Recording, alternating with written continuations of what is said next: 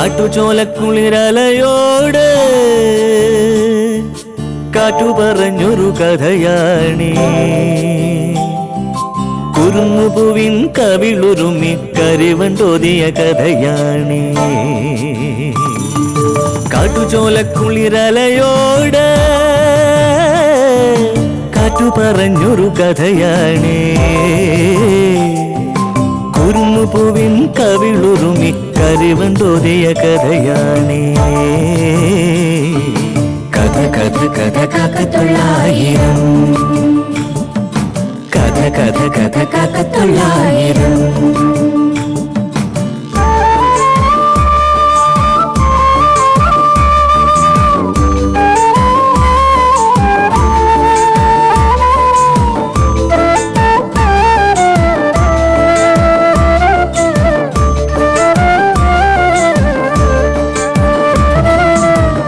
കടലിന്റെ തീരത്ത്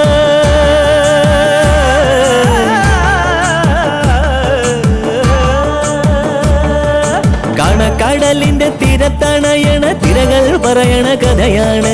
കായലോളത്തിലെ കളിയോടം കണ്ട കന്നിനിലാവിന്റെ കഥയാണ്. പടവരമ്പത്തെ പുൽനാമ്പിനോട് പുലരി പറഞ്ഞൊരു കഥയാണ്. മാനം മുട്ടണ കൊടുമുടിയോട് മൂവന്തി പറയണ കഥയാണ്. മൂവന്തി പറയണ കഥയാണ്. കഥ കഥ കഥ കാക്കത്തൊള്ളായിരം. പന്ന കഴിവറുടെ മോനെ, മിനിസ്റ്ററുടെ പേരും പറഞ്ഞ് നീ എന്നെ അങ്ങ് ഉണ്ടാക്കല്ലേ. ട്രാൻസ്ഫറും പണിഷ്മെന്റും ഒക്കെ ചന്ദ്രദാസിന് പുല്ല. കുറെ കണ്ടതാ അതൊക്കെ. ഞാൻ വേണ്ട പോലെ ചെയ്തോളാം. ആ നീ പറ. വേണ്ട വേണ്ട വേണ്ട വേണ്ട, അങ്ങനെ താൻ ഒലത്തണ്ട. ഇതേ എന്റെ വാശിയാ. ചെയ്ത് കൊടുക്കില്ല എന്ന് പറഞ്ഞാൽ കൊടുക്കില്ല, അതിന് മാറ്റമില്ല. താൻ എന്തൊക്കെയോ ഉണ്ടാക്കുമെന്ന് പറഞ്ഞില്ലേ, അതൊക്കെ അങ്ങ് ഉണ്ടാക്ക്. ബാക്കി ഞാൻ ഉണ്ടാക്കിക്കോളാം കേട്ടാ.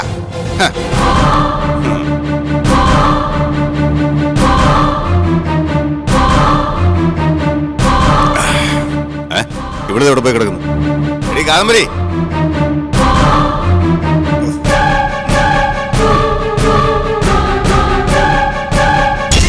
താണ്ടവൊക്കെ കഴിഞ്ഞോ? ആരായിരുന്നു ഇന്നത്തെ ഇര? നിന്റെ നീ ആദ്യം ഓർമ്മ ഒഴിച്ചേ, പിന്നെ മതി കൊഞ്ചല്.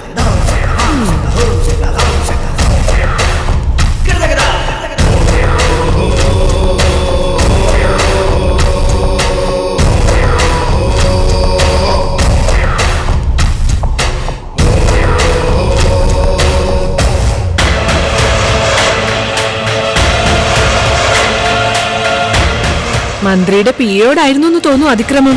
സ്ഥലം മാറ്റം ഉടനെ ഉണ്ടാവോ? എന്താടി, എന്നെ ഇവിടുന്ന് സ്ഥലം മാറ്റിയിട്ട് നിനക്ക് ആ പിയറോടെ പൊറുക്കാനാണോ? വെച്ചേക്കില്ലേ? ഒന്നും മിണ്ടാൻ പറ്റത്തില്ല. അപ്പോഴേക്കും ചാടി കടിക്കാൻ വരും. ചുമ്മാതല്ല ആളുകൾ കടുവ ചന്ദ്രൻ വിളിക്കുന്നത്. എന്നാൽ ഈ ദേഷ്യം കാണാൻ ഒരു ചന്ത എനിക്കിഷ്ട. അധികം അങ്ങ് പതപ്പിക്കല്ലേ.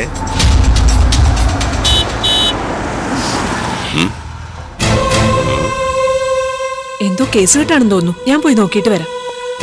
അവിടെ പൊങ്ങിച്ചാടി പോവാൻ വരട്ടെ, ഞാൻ പോയി നോക്കാം.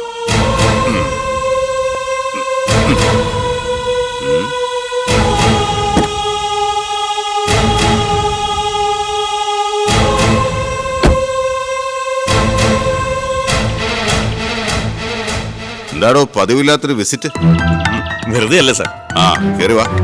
എന്താ സാറിന് ഡ്യൂട്ടി ഇല്ലായിരുന്നു? ഓ, ഇല്ലെങ്കിൽ ഡ്യൂട്ടി ആയിട്ട് വന്നായിരിക്കും. ആ വാ വാ. ആ താൻ വന്ന കാര്യം പറ. ഒരു ഗുഡ് ന്യൂസ് ഉണ്ട് സാർ. എന്നാലത് നാവ് മുമ്പത്ത് വെച്ചോണ്ടിരിക്കാതെ വലിച്ചിങ്ങ് പുറത്തേക്ക് ഇട്. എങ്ങ തിരികെ എത്തിയിട്ടുണ്ട് സാർ. സത്യമാണോ? എന്റെ വീട്ടിലുണ്ട് പാർട്ടി. Oh I see. ഇനി അവള് സ്ഥലം വിട്ട് കളയോ ബാബുറേ? ഇല്ല സാർ, അതിനുള്ള സോഴ്സുകളെല്ലാം ഞാൻ അടച്ചു. ഗിരിയുടെ തള്ള അവളെ തള്ളി പറഞ്ഞു.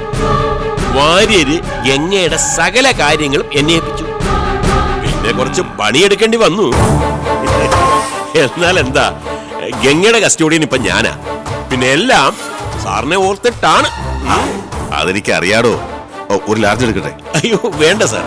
ബഹുമാനൊന്നും വേണ്ട, ഒരു ചെറുത്. ഒന്ന് വാമപ്പാകം ബെസ്റ്റാ. വേണ്ട, ഞാന് പകല് കഴിക്കാറില്ല. എന്നാ പറ, ഗംഗ ഇപ്പൊ എങ്ങനെയുണ്ട്? പൂർവാധികം സുന്ദരിയായിരിക്കുന്നു. തീയിൽ പഴുപ്പിച്ച് തല്ലും തോറും സ്വർണത്തിന് മാറ്റുകൂടുമെന്ന് പറയുന്ന പോലെ ഗംഗയുടെ കാര്യം. കഷ്ടപ്പാടുകൾ കൂടുന്നതനുസരിച്ച് പെണ്ണ് കയറി അങ്ങ് തെളിയോ. ദേ സാറ് കഴിഞ്ഞ തവണ കണ്ടതിനേക്കാൾ ഇരട്ടി ഗ്ലാമർ ആയിട്ടുണ്ട്. എനിക്ക് അവളെ കാണാൻ കൊതിയാവുന്നില്ലടോ. സാറിന് അവളെ കാണിച്ചു തരാൻ എനിക്കും കൊതിയാവുന്നുള്ളൂ. അല്ല, കൊതിയാവുന്നുണ്ട് സാർ. ഇത്രയും നാള് ഞാൻ കാത്തിരുന്നത് വെറുതെ ആയില്ല. ഒരു വസന്തമല്ലേ വന്നു ചേരാൻ പോകുന്നത്. ഒന്നല്ല, ഒന്നൊന്നര വസന്തം വന്ന് വിചാരിച്ചാട്ടെ.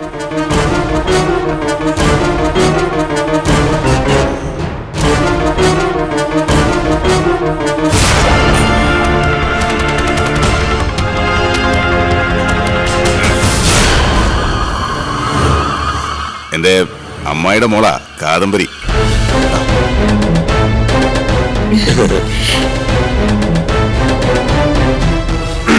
ഈ ചോദിക്കുന്നത് കൊണ്ട് മറ്റൊന്നും വിചാരിക്കരുത്. എന്താടോ?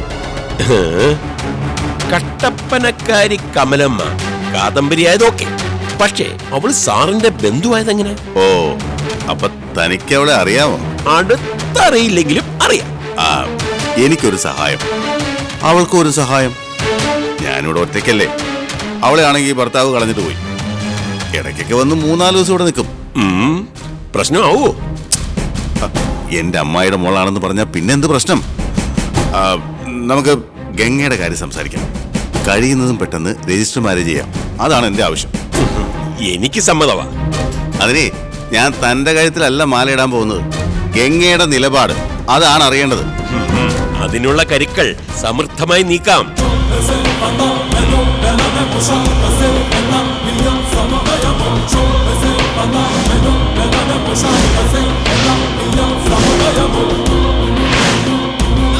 അതിനുള്ള കരുക്കൾ സമൃദ്ധമായി നീക്കാം.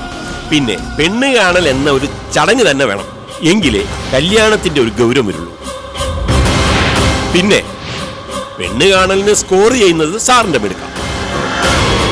അല്ല, എന്റെ വീട്ടുകാരുമായിട്ടൊക്കെ ഉടക്കി നിൽക്കോടോ. ഞാൻ ഒറ്റയ്ക്ക് എങ്ങനെ പെണ്ണ് കാണാൻ വരുന്നത്? സാരമില്ല, അടുത്ത ബന്ധുവായിട്ട് കാദംബരിയും വന്നോട്ടെ. കാദംബരിയോ? അവളുടെ ചരിത്രം തനിക്കല്ലേ അറിയൂ. ഒരു സ്ത്രീ കൂടെയുള്ളത് ഒരു അന്തസ്സാ. ചടങ്ങിനൊരു മാന്യത കിട്ടും. ആയിക്കോട്ടെ. നാളെ MLA-യുടെ ഒരു പരിപാടി ഉണ്ട്. മെനക്കേടാ, എന്നാലും പോകാതിരിക്കാൻ പറ്റില്ല. അതുകൊണ്ട് മറ്റന്നാൾ തന്നെ പെണ്ണ് കാണലങ്ങ് ഫിക്സ് ചെയ്താലോ? ഫിക്സ് ചെയ്യാം. എന്നാ പിന്നെ ബാഹുലയും ചെന്ന് അതിനുള്ള കാര്യങ്ങളൊക്കെ നീക്കിക്കോ. ശരി സാർ. പിന്നെ ഇനിയും പെണ്ണ് ഓടിപ്പോകാതെ പ്രത്യേകം നോക്കിക്കോണം. അത് തന്റെ ഉത്തരവാദിത്വം. വേണമെങ്കിൽ CPOയെ മഫ്തിയിൽ ഡ്യൂട്ടി കിട്ടാലോ? അതൊന്നും വേണ്ട. പിന്നെ അവന്മാരെ നോക്കാൻ ഞാൻ നിൽക്കണം. അവൾ ഇനി എവിടേക്ക് പോകില്ല. അത് എന്റെ ഉത്തരവാദിത്തത്തിനപ്പുറം എന്റെ നിലനിൽപ്പിന്റെ കൂടെ ഒരു പ്രശ്നമല്ലേ? അങ്ങനെ മനസ്സിന് കുളിർമ കിട്ടിയൊരു വാർത്ത കേട്ടു. എന്നാ പിന്നെ ഞാൻ ചെല്ലട്ടെ സാർ. പിന്നെ പോകുന്ന വഴിക്ക് ജോണിക്കുട്ടിയുടെ പമ്പിൽ കയറി ഒരു 5 ലിറ്റർ പെട്രോൾ അടിച്ചു. പൈസ കൊടുക്കണ്ട, ഞാൻ പറഞ്ഞു എന്ന് പറഞ്ഞാൽ മതി. ജോണിക്കുട്ടി അത് നടത്തുന്നേ ഉള്ളൂ, പമ്പന്റേതാ. വേണ്ട സാർ, ഫുൾ ടാങ്ക് അടിച്ചിട്ടുണ്ട്. അപ്പൊ ശരി, മരുന്നാ കാണാം.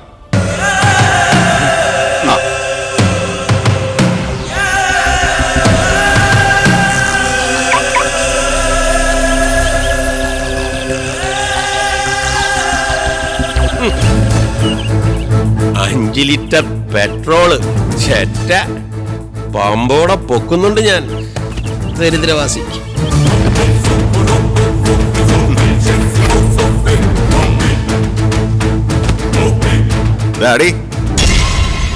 പൊങ്കാലക്കളം കമഴ്ത്തി വെച്ച പോലെ ഉണ്ടല്ലോ മുഖം. ഒരു കാര്യത്തിൽ നിനക്ക് അഭിമാനിക്കാം. SI ബാഹുലേന് വരെ നിന്റെ കട്ടപ്പനയിലെ ഫ്ലാഷ് ബാക്കുകൾ അറിയാം. ഞാനല്ലല്ലോ അതൊക്കെ മറച്ചു വെച്ചത്. എന്നാ നീയായിട്ടങ്ങ് വിളംബരം ചെയ്തോ. അധികം കൊച്ചമ്മ ചമയല്ലേ, ചവിട്ടി കൂടി ഞാൻ. ഇനി അതൊക്കെ പറയും. കല്യാണം ഏതാണ്ടൊക്കെ ശരിയായിന്ന് എനിക്ക് മനസ്സിലായി. ഇനി നമ്മൾ അധികപ്പറ്റാവും. പിന്നെ പിന്നെ അങ്ങ് മറക്കും. അയ്യടി പൈത്യക്കാരി, നിനക്കേ ബന്ധുസ്ഥാനം കൽപ്പിച്ചു തന്നിരിക്കുക. എന്റെ അമ്മായിയുടെ മോൾ എന്നതാണ് പദവി. അമ്മായിയുടെ മോള്? അത് കൊള്ളാം. അടുത്ത ബന്ധുവാണ്. സ്വാതന്ത്ര്യത്തോടെ ഇടപെടുകയും ചെയ്യാം. അപ്പോഴും അതാ അവളുടെ മനസ്സിൽ. എടി കാദംബരി, എന്തോ മല്ലിക, അതായത് എന്റെ മുൻ ഭാര്യ, അവളുള്ളപ്പോഴും നീ വന്നിട്ടുണ്ട്, എന്നെ ഊട്ടിയിട്ടുണ്ട്. ഉറക്കിയിട്ടുമുണ്ട്. ആ അതുപോലെ ഗംഗ എന്റെ ഭാര്യയായി വന്നു കഴിഞ്ഞാലും നിനക്കിവിടെ വരാം. അതിന് ആ കൊച്ചിന് അതൊന്നും ഇഷ്ടമല്ലെങ്കിലോ? നീ എന്റെ അമ്മായിയുടെ മോളല്ലേ. ഗംഗയുടെ മുമ്പിൽ വെച്ച് കൊഞ്ചാനും കുഴയാനും നിൽക്കാതിരുന്നാ മതി. നിന്റെ ഈ വശപ്പശകായ നോട്ടമുണ്ടല്ലോ, അതാണ് കുഴപ്പം. ഈ നോട്ടം കാണുമ്പോഴേ എല്ലാവർക്കും മനസ്സിലാവും സംഭവം പ്രൈവറ്റ് അല്ല, പബ്ലിക് ആണെന്ന്. മുറിയടച്ചു കഴിഞ്ഞ ഈ പറയുന്ന ആള് എന്റെ നോട്ടത്തെ പുകഴ്ത്തും. ഈ ആണുങ്ങളൊക്കെ ഇങ്ങനെയാ. എടീ, ഞാൻ പറഞ്ഞത് നീ പ്രൈവറ്റ് അല്ല, പബ്ലിക് ആണെന്നാ. അല്ലാതെ മൊത്തത്തിലുള്ള ആണുങ്ങളുടെ സ്വഭാവത്തെ കുറിച്ച് അല്ല തട്ടിവിടുന്നത്. പിന്നെ മറ്റന്നാളെ നിന്റെ ഈ വെടക്ക് ലുക്കൊക്കെ കളഞ്ഞിട്ട് നല്ല തറവാട്ടി പറഞ്ഞ പെണ്ണിനെ പോലെ ഒരുങ്ങണം. എന്നിട്ട് എന്റെ കൂടെ പെണ്ണ് കാണാൻ വരണം. ഞാനോ? ആ, ഗംഗയെ ഔദ്യോഗികമായി പെണ്ണ് കാണാൻ ഞാൻ പോകുന്നു. അപ്പോ അമ്മായിയുടെ മോളായിട്ട് നീയും വരുന്നു. എനിക്കും ബന്ധുക്കളൊക്കെ ഉണ്ടെന്ന് അവരൊക്കെ ഒന്ന് കാണട്ടെ. ഞാനൊരു വിവരം ചോദിച്ച ദേഷ്യപ്പെടുവോ? ചോദിക്കേ. ദേഷ്യപ്പെടണമെന്ന് കേട്ടിട്ട് തീരുമാനിക്കാം. ഇവിടുത്തെ കാര്യങ്ങളെല്ലാം അറിഞ്ഞുകൊണ്ട് ബാഹുലേൻ സാറ് മരുമോളുടെ അനിയത്തെ കെട്ടിച്ചു തരുന്നതിന്റെ ഉദ്ദേശം എന്താ? അങ്ങേർക്ക് ആ കുടുംബത്തോട് അത്രയ്ക്ക് ശത്രുതയാണോ? മുറത്തി കയറി കൊത്താൻ വരുന്നു. ഇതാ ഞാൻ ആദ്യമേ ചോദിച്ചത്, ദേഷ്യപ്പെടുവോന്ന്. എന്റെ വിസ്താരം കേട്ടാ തോന്നല്ലോ അറിയാൻ എനിക്ക് ഒരുപാട് കാര്യങ്ങളുണ്ടെന്ന്. ആദ്യം ഞാനൊരു കല്യാണം കഴിച്ചു, അവള് ചത്തു. രണ്ടാമതും കെട്ടി, അവള് മരിച്ചു. അവർക്ക് ആയുസില്ലാതെ പോയത് ഞാനെന്ത് പഠിച്ചു? അല്ലാതെ അവരുടെ രണ്ടിന്റെ ആയുസ് ഒടുക്കിയതല്ല. മൂന്നാം കെട്ടാണെന്ന് ഏതെങ്കിലും ഇരപ്പാളികൾ പറയുമായിരിക്കും. പോവാൻ പറ. ഗംഗയ്ക്കും ചെറിയൊരു കാറ്റുവീഴ്ച പറ്റിയിട്ടുണ്ട്. കാറ്റുവീഴ്ചയോ? അതെന്താ? ഒരു പ്രേമം. നിശ്ചയിച്ചുറപ്പിച്ച കല്യാണത്തിൽ നിന്ന് രക്ഷപ്പെടാൻ ഒരു ഒളിച്ചോട്ടം. അതോടെ അവൾ ആകെ കൈവിട്ട മട്ടായി. വീട്ടുകാരെ എഴുതി തള്ളി. അങ്ങനെയാ ബാഹുലേന്റെ വീട്ടിൽ വന്നു വിട്ടത്. അപ്പൊ പല കൈകളും മറിഞ്ഞു വന്ന കേസാ. അവിടെയാണ് എനിക്ക് കോളടിച്ചത്. ഗംഗയൊരു വായി നോക്കിയെ പ്രേമിച്ചെന്നേ ഉള്ളൂ. അവൾ ഒളിച്ചോടി ചെന്നപ്പോഴേക്കും ആ യൂസ്ലെസ് സ്ഥലം വിട്ടിരുന്നു. അവര് തമ്മിലൊന്ന് കാണാൻ പോലും ചാൻസ് ഉണ്ടായില്ല. അതാണ് എന്റെ ലക്ക്. പേരുദോഷം വീണിട്ടുണ്ടെന്നല്ലാതെ ഗംഗയ്ക്ക് ഒരു കേടുപാടും പറ്റിയിട്ടില്ല. No patch work. മനസ്സിലായോ? അപ്പോ എന്റെ അമ്മായിയുടെ മോളെ കാണാൻ പോകുന്ന പൂരം ഏറെ വർണ്ണിക്കുന്നില്ല.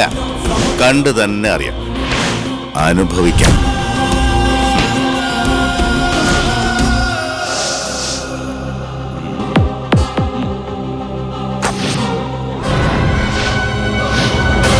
ചന്ദ്രദാസേ, കയറ് പൊട്ടിക്കാൻ പാകത്തിന് നിൽക്കുക. അത് അയാളെ ആദ്യം കണ്ടപ്പോഴേ എനിക്ക് മനസ്സിലായതാ, താമസിയാതെ അയാൾ കയറ് പൊട്ടിക്കുന്നു. സൗദാമിനി മുമ്പൊന്ന് സൂചിപ്പിച്ചിട്ടുണ്ട്. നിന്റെ അടുത്ത് എന്തെങ്കിലും കുഴപ്പം കാണിച്ചിട്ടുണ്ടോ? എങ്കിൽ പറ. എങ്കിലേ അയാള് വിവരം അറിയും. അയാള് സർക്കിൾ ആയാലും ഡിവൈഎസ്പി ആയാലും എനിക്കൊരു ചുക്കുമില്ല. ESI ആണല്ലോ എന്റെ DGP. പിന്നെ കൊഞ്ചിയും കുഴഞ്ഞൊക്കെ എന്റെ അടുത്ത് കുറച്ച് നമ്പർ ഇട്ട് നോക്കി. ഞാൻ ഓടാൻ പോവാറുണ്ടോ, ഡാൻസ് ചെയ്യാറുണ്ടോ, എക്സസൈസ് ചെയ്യാറുണ്ടോ, എന്താണ് ഈ ശരീരഭംഗിയുടെ രഹസ്യം? വിദ്യാബാലനെയും സാനിയ മിർസയും പോലെ നല്ല ചായ, ചർമ്മം കണ്ട പ്രായം തോന്നുകയില്ല എന്നൊക്കെ കുറച്ച് നമ്പറുകളൊക്കെ ഇട്ടു. എന്നിട്ട് അയാള് പറഞ്ഞത് അത്രയും സത്യമാണ്. എങ്കിലും അല്ല, ഞാൻ പ്രതികരിക്കാനൊന്നും പോയില്ല. നമ്മള് പ്രോത്സാഹിപ്പിച്ചാലേ അയാൾ ഗോൾ അടിക്കാൻ വീണ്ടും ബോളും കൊണ്ട് വരുവുള്ളൂ. ചുരുക്കത്തിൽ എന്റെ സൗദാമിനി ബുദ്ധിപൂർവ്വം കാര്യങ്ങൾ കൈകാര്യം ചെയ്തു. ഞാൻ ആരുടെ ഭാര്യ? അല്ല അത് പോട്ടെ, ചന്ദ്രദാസ് ഇപ്പൊ എന്ത് പറയുന്നു? നാളെ രജിസ്റ്റർ മാരേജ് നടത്തിയാൽ അത്രയും കൊള്ളാന്നാ പറയുന്നത്. ഇന്നാണെങ്കിൽ കൂടുതൽ ഹാപ്പിയാ. അല്ല അങ്ങനെ ഇപ്പൊ എടുപടിയൊക്കെ നടത്താൻ പറ്റുമോ? പറ്റില്ല. ഏത് കാര്യത്തിനും അതിൻ്റെതായ ഒരു ഫോർമാലിറ്റീസ് ഒക്കെ ഉണ്ടല്ലോ. ആദ്യം പെണ്ണ് കാണാൻ, അതിനുവേണ്ടി മറ്റന്നാൾ ഇങ്ങോട്ട് വരും. അല്ല അപ്പൊ അമ്മാവനും ചേട്ടനും ഒക്കെ കാണുമല്ലോ അല്ലേ? ഏത് അമ്മാവൻ ഏത് ചേട്ടൻ, മുഴുവൻ ബന്ധുക്കളുമായിട്ട് ഉടക്കാണ് ചന്ദ്രദാസ്. ഇയാളുടെ കയ്യിലിരിപ്പുണ്ട്. വർഷങ്ങളായിട്ട് വീട്ടുകാർ അടുപ്പിക്കാതിരിക്കുക. അപ്പൊ ചുരുക്കത്തിൽ അയാൾക്ക് ആരും ഇല്ലേ? ആളുണ്ട്, പക്ഷെ അങ്ങോട്ടും ഇല്ല ഇങ്ങോട്ടും ഇല്ല എന്നുള്ള കണ്ടീഷനാ. ചന്ദ്രദാസിന്റെ സ്വഭാവം വെച്ച് നോക്കിയാലേ ആരും വിശ്വസിക്കില്ല. പക്ഷെ അയാൾക്കൊരു അച്ഛനുണ്ട്, പിന്നെ തള്ളയും ഒരു സഹോദരനും വീട്ടിൽ താമസമുണ്ട്. രണ്ടാമത്തെ ഭാര്യയും ചന്ദ്രദാസ് കൊന്നു കെട്ടി തൂക്കിയപ്പോ ഈ തന്ത തന്നെ അയാൾക്കെതിരെ കോടതിയിൽ മൊഴി പറഞ്ഞു. എന്നിട്ട് അതൊന്നും ഏറ്റില്ലെന്ന്. തന്തപ്പടി മാനസിക രോഗത്തിന് ചികിത്സയിലാണെന്ന് കോടതിയിൽ അയാൾ തെളിവ് സഹിതം സ്ഥാപിച്ചു. അത്ര ഭയങ്കരനാണെന്ന് ഓർത്തോണം. ജനിപ്പിച്ച കക്ഷിയാണെന്നുള്ള പരിഗണനയിലായിരിക്കും അയാളെ തട്ടാതിരുന്നത്. എന്തായാലും അന്നത്തോടെ വീട്ടുകാരെ കാണുന്നത് ചന്ദ്രദാസിന് കലിയാണ്. അവരാകട്ടെ ഇയാളെ ഒട്ട് അടുപ്പിക്കുകയില്ല. അതാണ് കുടുംബചരിത്രം. നല്ല ബെസ്റ്റ് ഫാമിലി. അപ്പൊ ചന്ദ്രദാസ് ഒറ്റയ്ക്കാണ് താമസം. അവിടേക്കാണ് ഗംഗ ചെല്ലുന്നത്. അതെനിക്കങ്ങ് ഇഷ്ടപ്പെട്ടു. അവക്ക് യോജിച്ച സ്ഥലമാ. മറ്റന്നാൾ പെണ്ണ് കാണാൻ കൂടെ ഒരാൾ കൂടി ഉണ്ടാവും. ചന്ദ്രദാസിന്റെ അമ്മായിയുടെ മകൾ കാദംബരി. അങ്ങനെ ഒരാളുണ്ടോ? അങ്ങനെ ഒരാളുണ്ട്. ഗംഗയ്ക്കൊരു സ്വാഭാവികത തോന്നണ്ടേ? ഇരിക്കട്ടെ ഒരു സ്ത്രീ ബന്ധു കൂടെ. കുഴപ്പമില്ല, അവള് ചന്ദ്രദാസിന് എല്ലാ കാര്യത്തിനും കൂടെ ഉണ്ടാവും. ആ, 2 ഭാര്യമാർക്ക് പ്രമോഷൻ കൊടുത്ത് യാത്രയാക്കിയ ആളാ ചന്ദ്രദാസ്. അല്ല, ഉണ്ണി പഴിച്ച 3 പ്രമാണം. ഇനിയിപ്പൊ അടുത്ത ഊഴം ഗംഗയ്ക്കായിരിക്കും അല്ലേ? ഇവളെ അയാള് തട്ടിക്കളയോ? സംശയമുണ്ടോ? അതിനു വേണ്ടിയല്ലോ സൗദാമിനി ഞാൻ ഈ ഓട്ടോ ഒക്കെ ഓടുന്നത്. ഗംഗ ചന്ദ്രദാസിന്റെ ഭാര്യ സ്ഥാനത്തേക്കൊന്ന് എത്തിപ്പെട്ടാൽ മാത്രം മതി. ബാക്കി അയാൾ നോക്കിക്കോളും. നമ്മൾ ആവശ്യമായ ഒത്താശ അങ്ങ് ചെയ്തു കൊടുത്താൽ മാത്രം മതി. അതിനു മുമ്പ് സൗദാമിനി ചെയ്യേണ്ട പ്രധാന കാര്യം സൗദാമിനി മറക്കണ്ട. എങ്ങനെയെങ്കിലും ഈ വീട്ടിൽ നിന്ന് രക്ഷപ്പെട്ടാ മതിയെന്ന് ഗംഗയ്ക്ക് തോന്നണം. അതിനുള്ള പണി എന്താണോ അത് സൗദാമിനി തന്നെ ചെയ്യണം. അങ്ങനെ അളമുട്ടി നിൽക്കുമ്പോ 2 കൈയും നീട്ടി നിൽക്കുന്ന ചന്ദ്രദാസിനെ രക്ഷകനായിട്ട് കരുതും പെണ്ണ്. അങ്ങനെ എലി സ്വയം എലിപ്പത്തായത്തിൽ തന്നെ ചെന്നുക. ശേഷം ശുഭം. അതിനുവേണ്ടി മാക്സിമം വീർപ്പ് മുട്ടിക്കണം നീ ഗംഗേ. അതൊക്കെ ഞാൻ ചെയ്തോളാം. അത് മതി. എനിക്ക് മറ്റൊരു സംശയം തോന്നുന്നു. രമേശൻ കേക്കാരാ ഈ പറയുന്നത്. എന്താ ഗംഗയും ചന്ദ്രദാസും തമ്മിലുള്ള കല്യാണം നമ്മൾ നടത്താൻ തീരുമാനിക്കുമ്പോ ഗീത എന്തു പറയും? അല്ല, നമ്മളെ സംബന്ധിച്ചിടത്തോളം അവള് നമുക്കൊന്നും അല്ലെങ്കിലും ഗംഗയുടെ മൂത്തതല്ലേ. സഹോദരിയുടെ സ്ഥാനം അവഗണിക്കാൻ പറ്റില്ല. ഗീതയുടെ ഭർത്താവല്ലേ ഇരിക്കുന്നേ. അവൾ എതിർക്കുകയാണെങ്കിൽ നിലയ്ക്ക് നിർത്തേണ്ടത് രമേശനാണ്. അവനത് ചെയ്തിരിക്കും. അക്കാര്യത്തിൽ പേടിക്കണ്ട, അവളെ ഞാൻ കൈകാര്യം ചെയ്തോളാം. ചെയ്യണം. ഞാൻ ഇടപെട്ടാ അറിയാലോ, അവക്കും നിനക്കും ദോഷമായിട്ട് മാറും. ഗീതയെ നമുക്ക് എങ്ങനെയും ഒതുക്കാവുന്നേ. എന്റെ ടെൻഷൻ ആ താടി വേഷത്തിന്റെ കാര്യത്തിലാണ്. ഗംഗയ്ക്ക് ഇങ്ങനെ ഒരു ബന്ധം മുറുകുന്നെന്നറിഞ്ഞാലേ ഈ വാര്യർ അടങ്ങിയിരിക്കില്ല. ആ പൂച്ചയ്ക്ക് എന്താ നമ്മുടെ വീട്ടിൽ പൊന്നുരുക്കുമ്പോ കാര്യമുണ്ട്. അയാൾ ഒരു സാമൂഹ്യ ജീവിയാ. Action committee ഉണ്ടാക്കിക്കളയും.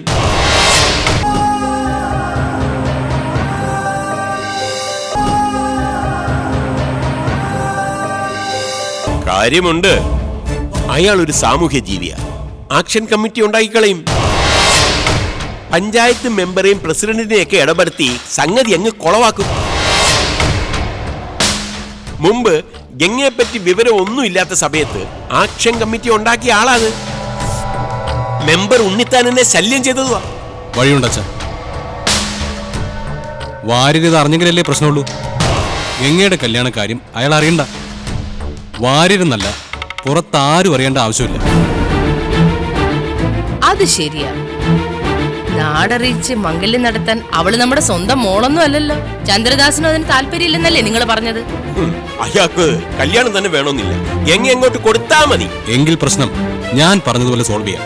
നമ്മൾ മാത്രം അറിയുന്ന ഒരു രജിസ്റ്റർ മാരേജ്. കല്യാണം കഴിഞ്ഞ ശേഷം വാര്യർ അറിഞ്ഞിട്ട് എന്ത് ചെയ്യാനാ? അവളെ ചന്ദ്രദാസിന്റെ കയ്യിലൊന്ന് എത്തിച്ചോട്ടെ, എന്നിട്ട് നമുക്ക് വാര്യരെ വിളിച്ച് പറയാം. ഒരു ചെറിയ പണിയാണെന്ന് വിചാരിച്ചാ മതി. എങ്കിൽ പിന്നെ കാര്യങ്ങൾ നീട്ടിക്കൊണ്ട് പോകണ്ട. ചുരുക്കത്തിൽ കോളേജ് പിള്ളേർ തമ്മിൽ മുടിഞ്ഞ തർക്കം. ദുൽഖർ സൽമാനാണോ ഫഹദ് ഫാസിലാണോ താരമെന്ന്. അതാ തർക്കം. എന്തോന്നാ? ദുൽഖർ സൽമാനെ ആ, എന്നിട്ട് എന്നിട്ടെന്താ, തർക്കം മൂത്ത് വഴക്കായി. അങ്ങനെ പോലീസ് സ്റ്റേഷനിൽ എത്തി വിഷയം. ഞാൻ മുഴുവൻ എണ്ണത്തിനെയും വിളിപ്പിച്ചു. ദേ, ചപ്പാത്തി മതി, ഇനി ഉണ്ടാക്കി കളയണ്ട. ശരി അമ്മേ.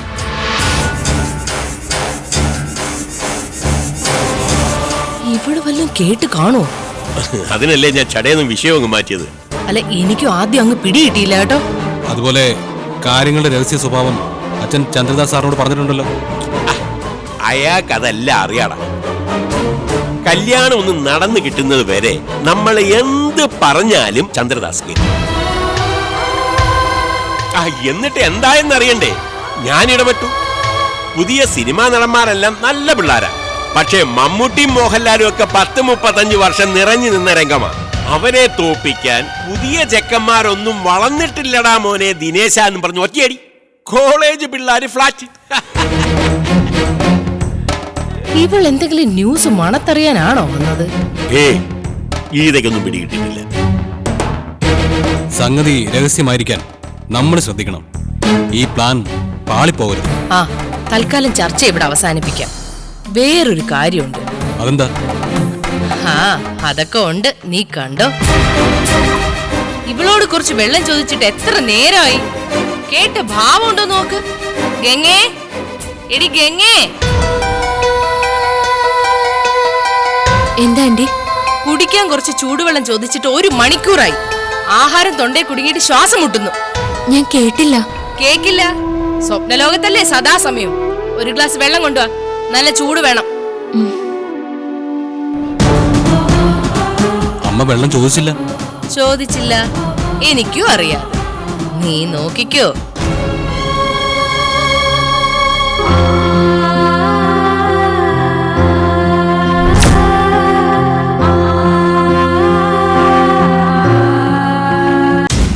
ചന്ദ്രദാസിനെ കാണുമ്പോ ഒരു പെണ്ണ് കാണുന്ന ചടങ്ങിന്റെ മണമടിക്കില്ലേ? പതിവില്ലാതെയുള്ള നമ്മുടെ നീക്കങ്ങൾ കാണുമ്പോൾ ഗംഗയ്ക്ക് എന്തെങ്കിലും സംശയം തോന്നുമോ എന്നായി എന്റെ പേടി. ഗംഗയെ കല്യാണത്തിനായി സ്പോട്ടിലെത്തിക്കേണ്ടത് ബാഹുലേന്റെ ഉത്തരവാദിത്വമാണ്. കാട്ടുചോലക്കുളിരലയോട് കാറ്റു പറഞ്ഞൊരു കഥയാണീ. കുരുന്നുപൂവിൻ കവിളുരുമി കരിവണ്ടോതിയ കഥയാണീ.